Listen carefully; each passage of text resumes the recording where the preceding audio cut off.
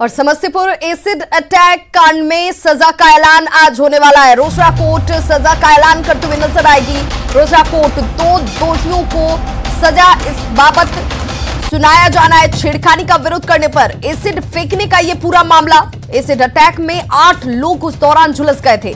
18 नवंबर 2018 का यह पूरा मामला, जिसे लेकर आज सजा का ऐलान होना है। 2 दोषी हैं जिन पर सजा सुनाई जाएगी। एसिड अटैक में 8 लोग उस दौरान झुलस गए थे।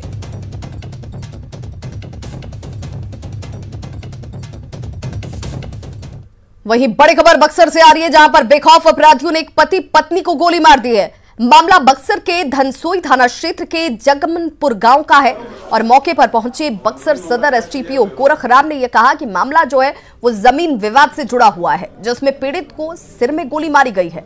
फिलहाल पुलिस परिजनों से पूछताछ कर रही है। घायल पति पत्नी को इलाज के लिए बक्सर सदर अस्पताल लेकर जाया गया था, लेकिन यहां से स्थिति की गंभीरता को देखते हुए डॉक्टरों ने बेहतर इलाज के लिए उन्हें बनारस रेफर कर दिया। विवाद था सर इनका गांव पर, और इनको उसी समय से धमकाया जा रहा है। अपना इस बार खेत ले लिए थे कुछ आधा, और आधा वहीं लोग जोत रहे थे, तो इसी पर उन लोग को धमकाया जा रहा था, इनको और इनको पत्नी को, दोनों लोग को, कि मारेंगे, वो करेंगे सब। क्या घटना घटा रात में सर इनको फायर किया गया है, इनको गोली मारा गया है दोनों लोग को। जगमनपुर में सूचना मिला था कि पति पत्नी को गोली मार दिया है, ठीक ना। तो अभी कार्रवाई हम लोग देख रहे हैं। वो लोग अभी लिखित दिया नहीं है, लेकिन लग रहा है कि कुछ आपसी संपत्ति विवाद है, उसी में गोली मारा गया। पुलिस कार्रवाई कर रही है, ठीक ना। मधेपुरा में अपराधियों के हौसले बुलंद हैं। इस बात का अंदाजा इस बात से लगाया जा सकता है कि 27 दिन पहले जिस शख्स को अपराधियों ने गोली मारी थी, उसी शख्स को अपराधियों ने गुरुवार को एक बार फिर से बेडरूम में घुसकर गोली मार दी। मामला मधेपुरा सदर थाना के पश्चिमी बाईपास का है। यहां गुरुवार देर शाम 2 बाइक पर आए 4 अपराधियों ने मेडिकल एजेंसी के मालिक सुमन ठाकुर को अपना निशाना बनाया। इस बार गोली सुमन ठाकुर के कंधे और गाल को छूकर निकल गई, जिससे पहले 1 नवंबर की तारीख जब शाम को भी उनके ऊपर हमला किया गया था और इसमें गोली उनके हाथ में लग गई थी। घटना की सूचना के बाद एसपी ने खुद घटनास्थल पर पहुंचकर पीड़ित से पूछताछ की और जायजा लिया है मौका वारदात का। मेरे पास जैसे आई तो गेट खुला हुआ था, दोनों घुस के गोली चला दिया। पहले एक चलाया तो हम चिल्लाए, तो मेरे मुंह पे लगा, धुआं जैसा हो गया। हम बहुत जोर से चिल्लाए कि देखो, फिर मार दिया। बस तब तक मैं फिर दूसरा चला दिया। तो हम लोग को सूचना मिली थी कि एक व्यक्ति है, उनके घर पे जाके कुछ अपराधियों ने उन पे गोली चलाई है। उनको इलाज के लिए यहाँ तुरंत हॉस्पिटल लाया गया है और वो अभी सुरक्षित हैं, उनका इलाज चल रहा है। इस संबंध में इन पे पहले भी, कुछ दिनों पहले भी एक हमलावर ने गोली चलाई थी। उसके बाद से ही FIR दर्ज हुई थी। हम लोग अनुसंधान अपना सभी बिंदुओं पे कर रहे हैं। मैं इसमें बताना चाहूँगा कि उस घटना के बाद से भी हम लोग ने छानबीन में, उसके बाद हम लोग ने 2 अपराधियों को जेल भेजा है। उसमें बिहार विधानमंडल के विशेष सत्र का आज 5वां दिन है। 23 नवंबर पहले दिन नवनिर्वाचित विधायकों ने शपथ ली थी। वहीं 24 नवंबर को दूसरे दिन भी नवनिर्वाचित विधायकों की तरफ से शपथ लिया गया। तारीख दर तारीख क्या कुछ हुआ है 5 दिनों के सत्र में, आज 5वां और आखिरी दिन है। वहीं 25 नवंबर तीसरे दिन स्पीकर का चुनाव हुआ। 26 नवंबर चौथा दिन, जब राज्यपाल का अभिभाषण सदन के पटल पर हुआ।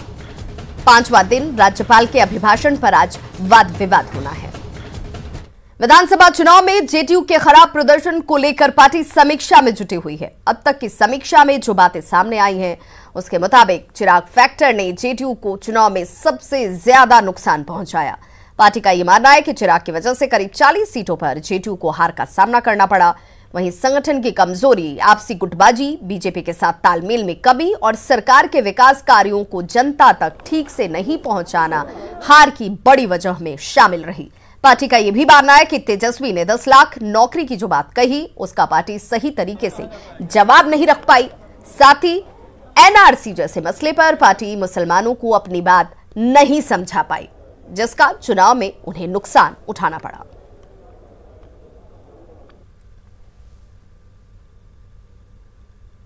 चालीस 45 सीटें तो हम लोगों ने खोई है, वोट कटवा लोगों के द्वारा से।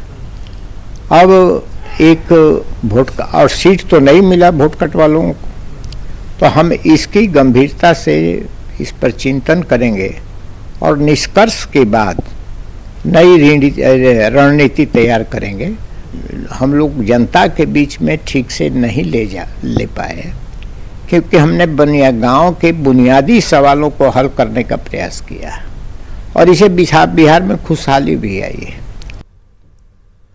उम्र छोटी और काम बड़े, कहते हैं कि एक जीनियस की झलक उसके बचपन में ही मिल जाती है। वो किसी भी फील्ड में जीनियस बन सकता है, खेल में, पढ़ाई में, आर्ट में या किसी अन्य ही क्षेत्र में।